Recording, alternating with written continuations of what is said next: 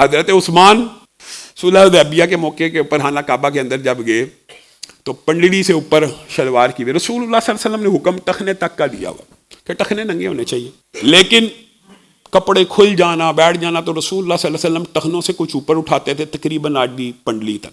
तो हजरत उस्मान इस सुन्नत को ऐसे फॉलो करते थे कि वो पंडली से भी आधी पंडली के करीब पूरा ले जाते थे। अब वो बंदा जो हजरत उस्मान के साथ बतौर कासद उनको लेके जा रहा है, वो कहता है उस्मान आप ये जो शलवार आपकी मेहरबानी है थोड़ी नीचे कर लें, थोड़ी नीचे कर लें।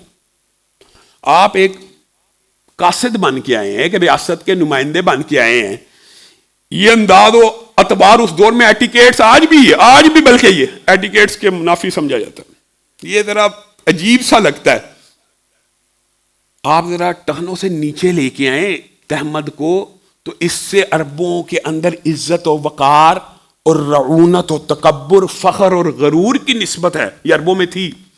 तो आप जरा कम अज कम ये जो अब मुज़ाकरात हैं इसके अंदर शलवार को टहनों से नीचे लेके जमीन के साथ जरा घसीटे ताकि आपका रोब दबदबा पैदा हो। कहा इन जाहलों की वजह से मैं रसूलुल्लाह की सुन्नत छोड़ दूं, इन जाहलों की वजह से।